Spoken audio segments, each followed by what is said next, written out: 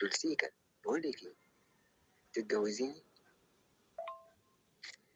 لا يا عم، انا عايزه اتجوز ولا كده صايع صايع. هو انا ما قلتلكيش؟ ما انا برجع بيتنا الساعه 5 الفجر.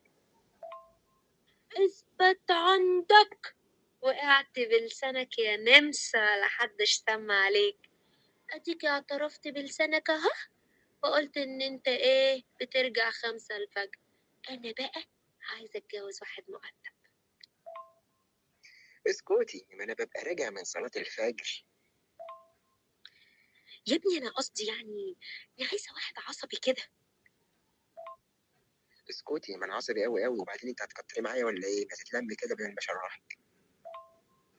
وقعت بلسانك اهو لتاني مره.